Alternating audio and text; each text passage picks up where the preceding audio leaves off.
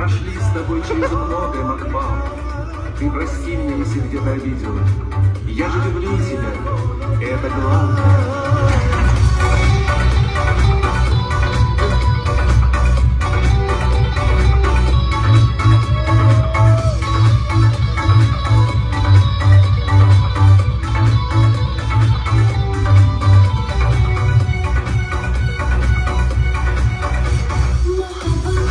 Махаббат дейсің, бірақ әлем сені жақсы көрмейсің.